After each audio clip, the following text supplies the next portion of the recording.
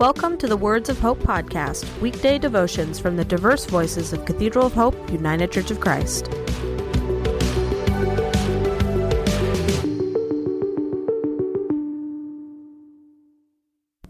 The devotion for today, Monday, March 17th, 2025, was written by Thomas Riggs and is narrated by Adam Carter. Today's words of inspiration come from Luke chapter 10, verses 1 and 2. After this, the Lord appointed 72 others and sent them 2 by 2 ahead of him to every town and place where he was about to go. He told them, "The harvest is plentiful, but the workers are few.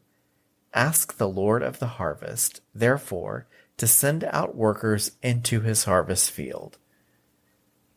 Hear today's words of hope. Long before St. Patrick became linked to leprechauns or cheap green beer, his legacy as a missionary to the Druids in Ireland serves as a powerful symbol of faithfulness to the Great Commission. St. Patrick was born in Roman Britain in the late 4th century.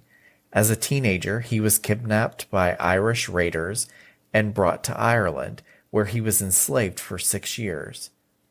During his captivity, Patrick turned to his Christian faith for comfort and strength.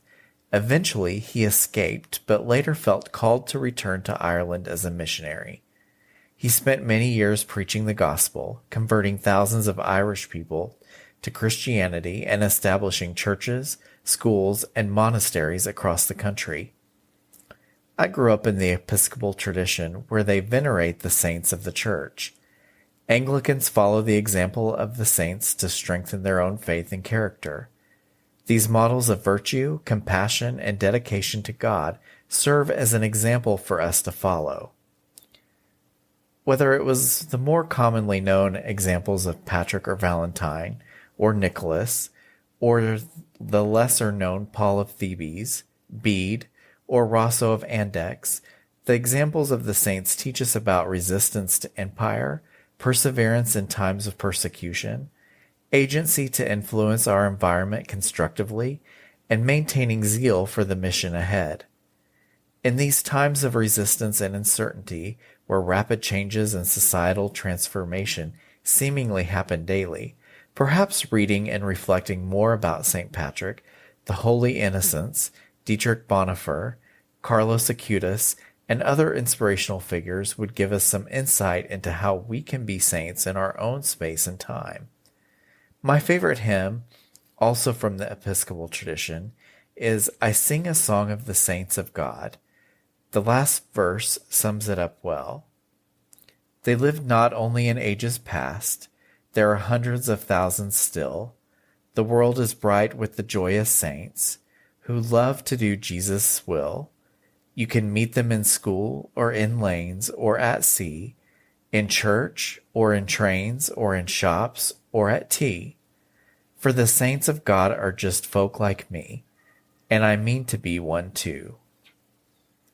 Let us pray. From the breastplate of St. Patrick.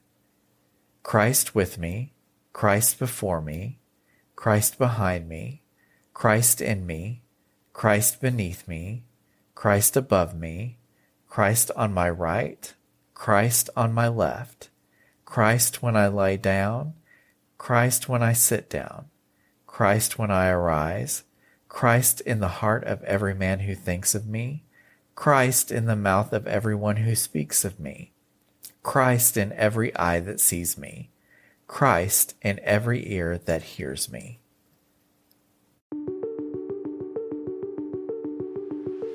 The Words of Hope podcast and the Cathedral of Hope daily devotions are a ministry of Cathedral of Hope United Church of Christ.